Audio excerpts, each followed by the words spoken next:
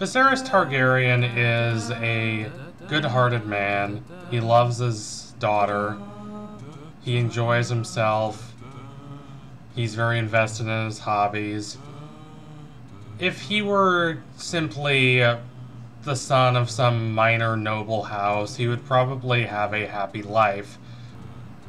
Unfortunately for him, he was selected to rule after his august and revered grandfather over kingdoms that were only united through strength of will, determination, a bit of ruthlessness, and dragon fire. Viserys, straightforward, tender-hearted, and a bit naive, is not the right person for that job. Jaehaerys Targaryen, the Good King, ruled for 50 years, was sagacious, thoughtful, decisive, and wise. He had an outstanding amount of foresight and awareness. However, one of his biggest mistakes, in retrospect, was the trust he placed in Viserys, whom he wanted to be the heir, and whom the rest of the noble houses agreed should be the heir.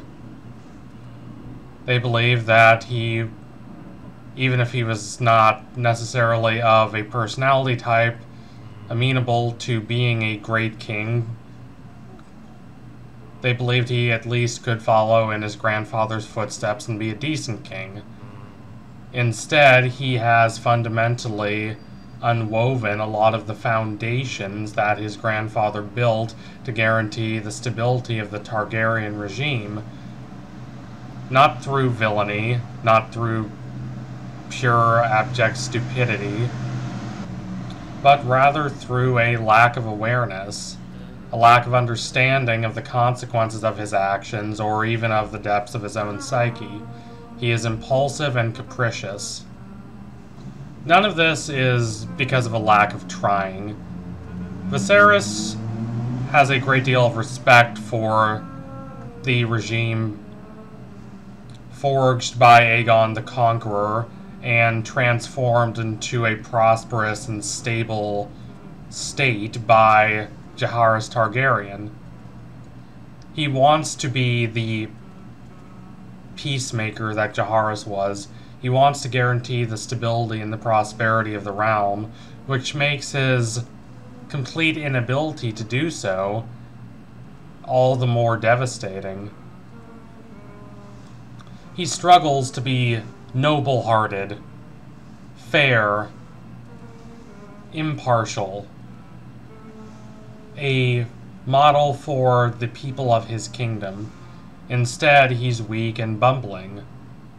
He undermines the structural integrity of the nation and its different factions through his narrow-minded actions that evince a complete lack of understanding of the implications and consequences of what he's doing.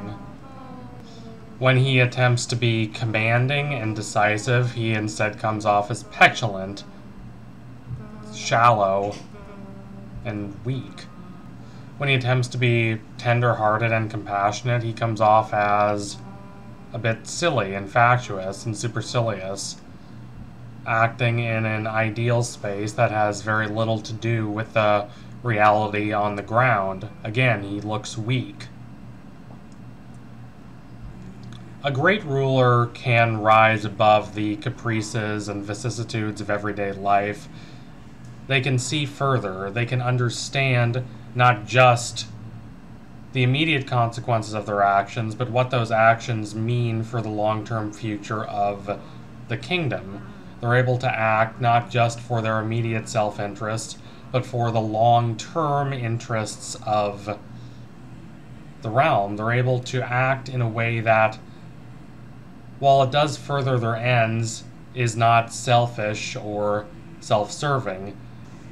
Their actions do not reflect the mere passions and desires of the ruler, but rather the disinterested and thoughtful and self-critical ability to discern what would be best for everyone, or at least most groups of people in the nation long term. Viserys is not capable of that kind of leadership.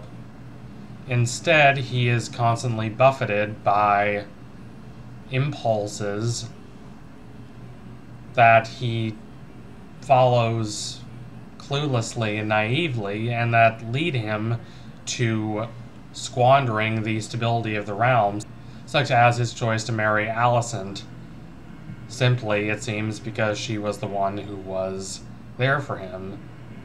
She was kind to him in his time of grief. Unable to discern the impact this will have on everyone, it alienates Corlys, a key ally. It places Alicent herself in a position that she's not at all comfortable with, and it feels to his daughter, the one he claims to care about and the one he made the heir to the throne, like it's a betrayal of her and the trust she thought he had in her. The most common phrase the fandom seems keen to utter about Viserys is that he is a good man, but not a good king. And House of the Dragon, like Game of Thrones before it, takes care to illustrate the major differences between those two concepts. This is true, of course, but I think we should dive deeper into what this means. He tries to be a good father to Rhaenyra. He tries to be caring and compassionate. He tries to stand up for her and support her interests. This does not necessarily mean that he respects her in the same way that he would respect a male heir. Certainly, if she did receive that kind of respect, she would not still be made to be the cupbearer, and she would not constantly be demeaned by everyone else, all the lords, because he wouldn't have tolerated that kind of behavior, because her status as the heir would have been unimpeachable. He would have included her in every important discussion and never wavered on her being the heir. Instead, he vacillates. His commitment to her is tenuous. But that's his professional, political commitment. On a personal level, he really does love her, and he really does want what's best for her, which makes his complete inability to support what is in the long term best for anyone, himself included, that much more devastating. His conception of what being a good leader is, which seems heavily based on that of his grandfather, Jaehaerys, who led the longest peaceful reign in the history of the Targaryen dynasty, is not necessarily flawed. He's not spiteful and cruel like Joffrey. He's not an inane weakling like Tommen. He is more similar to Ned Stark and Robert Baratheon, but he's also significantly less distinctive than them. Despite his good heart, he lacks their greatest virtues, even though he also lacks a lot of their most glaring vices. Unlike Ned Stark, while he tries to be honorable, is not honorable to a fault. He is not obsessed with idealism to the extent that it causes him to make obviously bad decisions. He does make obviously bad decisions, but those are more due to mere incompetence and a lack of understanding of the political situation than the naked idealism of Ned. He's also much less of a drunken sod than Robert, and Viserys does actually seem to want to be the king, or at least he's willing to accept that responsibility, unlike Robert. But unlike Robert and Ned, no one really seems to be willing to commit themselves to Viserys' cause. And I think we should think about this in the context of Machiavelli. Machiavelli has survived 5 centuries of moralist attacks on his precepts because these precepts are good. They are thoughtful and well-reasoned. They at least relate to the world as it is lived in, instead of some imaginary pale shadow of the world where everything is nice and perfect and ideal. The most famous chapter of Machiavelli's The Prince is, of course, chapter 17, where he talks about the difference between the ruler who's loved and the ruler who's feared. And this chapter is very often misunderstood. Machiavelli is not advocating for cruelty. He was not a defender of tyrannical rulers. In fact, he was quite ardently against the whole idea of monarchy as an institution. He greatly preferred republics.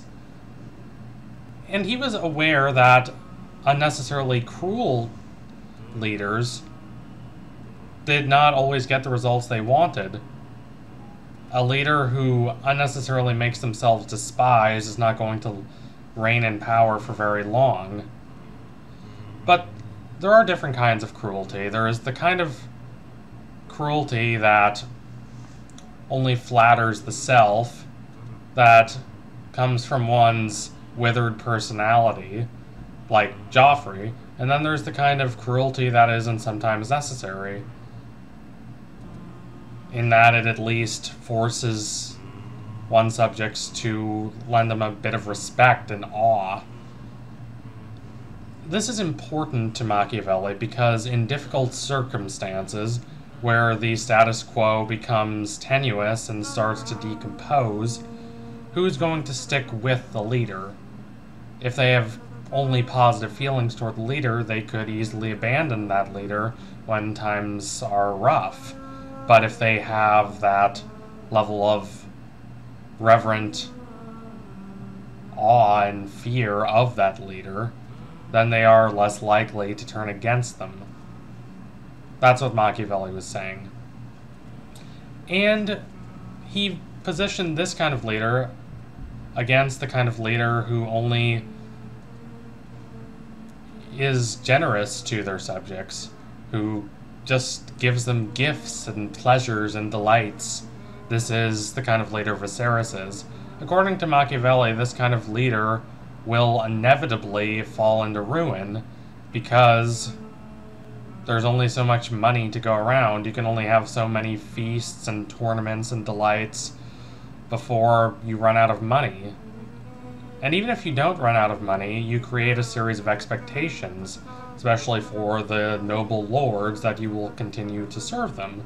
And if you withhold these excessive favors you've been giving them, then they will turn against you, even if what you're doing is sensible politically or even morally, because they've been accustomed to your indulgence. Viserys does not understand this.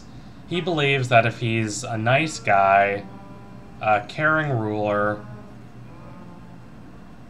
a guy who struggles to be a compassionate and empathetic father to Rhaenyra, then he will prosper and so will the realm. But this is a naive position, and Viserys is completely unaware of his naivete.